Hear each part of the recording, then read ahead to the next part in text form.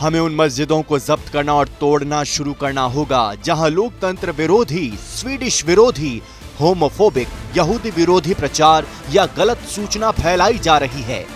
इस बयान के बाद कभी शांत रहने वाले यूरोपीय देश स्वीडन में बवाल मच गया है। ये बयान है स्वीडन के धूर दक्षिणपंथी नेता जिमी एकेसन का। 3 दिन पहले भाषण के दौरान जिमी ने कहा था कि देश में किसी भी इस्लामिक देश से आने वाले शरणार्थियों को पनाह नहीं देनी चाहिए। साथ ही जो फिलिस्तीनी शरणार्थी स्वीडन में रह रहे हैं और गाजा में फंस गए हैं, उन्हें ये उम्मीद नहीं करनी चाहिए कि उन्हें वापस स्वीडन लाया जाएगा, क्योंकि वे लोग स्वीडन के नागरिक नहीं, शरणार्थी हैं। स्वीडन डेमोक्रेट्स यानी एसडी के नेता ने शनिवार को पार्टी की वार्षिक कांग्रेस के दौरान एक भाषण दिया। इसमें उन्होंने कहा कि वो स्वीडिश विरोधी मैसेज देने वाली मस्जिदों को खत्म करना चाहते हैं।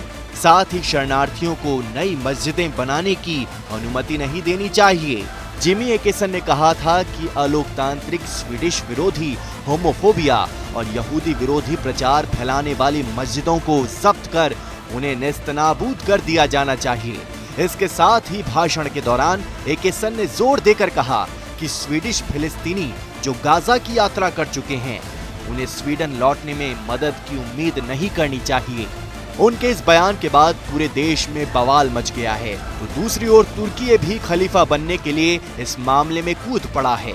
लेकिन मामला बढ़ा तो स्वीडन के प्रधानमंत्री उल्फ क्रिस्टरसन ने खुद मोर्चा संभाला। जिमी के बयान की आलोचना करते हुए सार्वजनिक प्रसारक एसवीटी को कहा, मुझे लगता है कि ये खुद को व्यक्त करने का एक अपमानजनक तरीका है। खुद को ध्रुवीकरण के जरिए दिखाना है।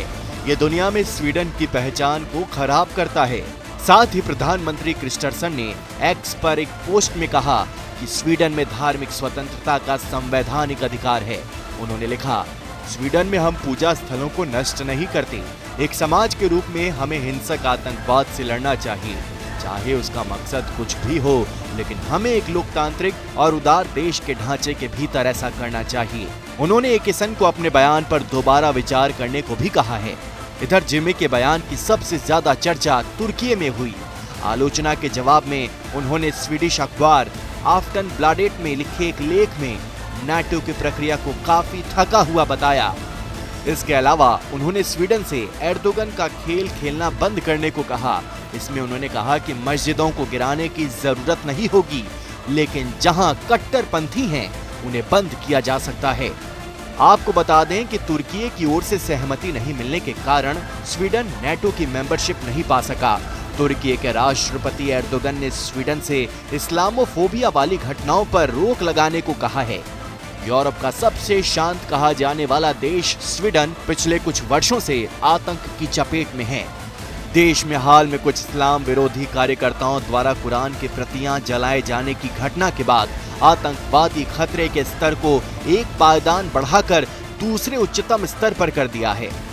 यही नहीं, 7 अक्टूबर 2023 को इजराइल पर फिलिस्तीनी हमले के बाद लोगों को विभिन्न स्वीडिश शहरों में जश्न मनाते देखा गया, जिस पर एकेसन ने तुरंत कहा कि ये लोग स्वीडन के नहीं हैं और वे आतंकवाद पर खुशी मनाने वालों को देश से निष्कासित करने के लिए तैयार हैं।